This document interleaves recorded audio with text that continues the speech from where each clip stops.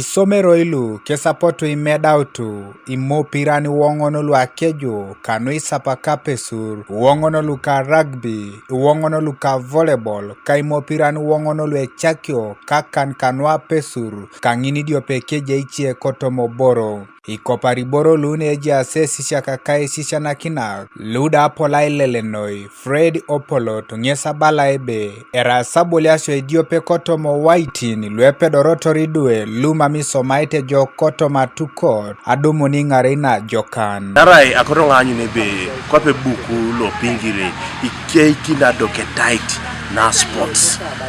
ajen bonge beja ishomo neni konye aishomo mamerai bitabo ibon Esisha nakina kakezda yala masinoi neja MP keche Fred Opolot kanoda gangata kana obala sebe eraile mekada loiboro luda Aboliak show aini ngosi na epolonoi na itere kina kaisemero ikech Mamete lemboro to be sincere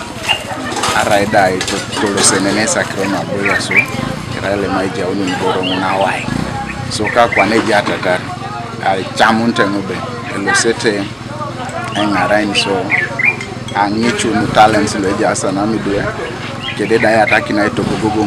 mulemi jeni so beja atara talent. We have been going around to primary schools to beg. Most of them we can't do without them. So girls, we are so happy we are going to have our own. Can we appreciate so you have done us the best. Idue kisida isumu nitosi asome jokonoi kotomo wailo Aboliak show Man kobora ngula yao ngesi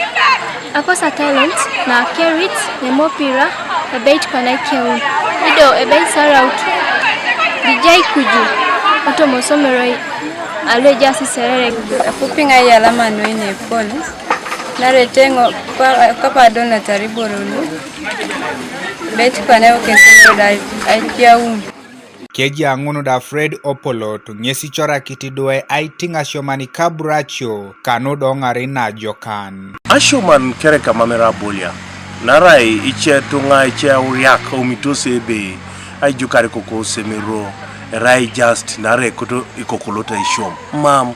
elote koko ishom ekoti koko ngimi oshome jok ido o tuba doke tight ane kiara odumi koko ngimi egredi lo sodit are grade lo yarit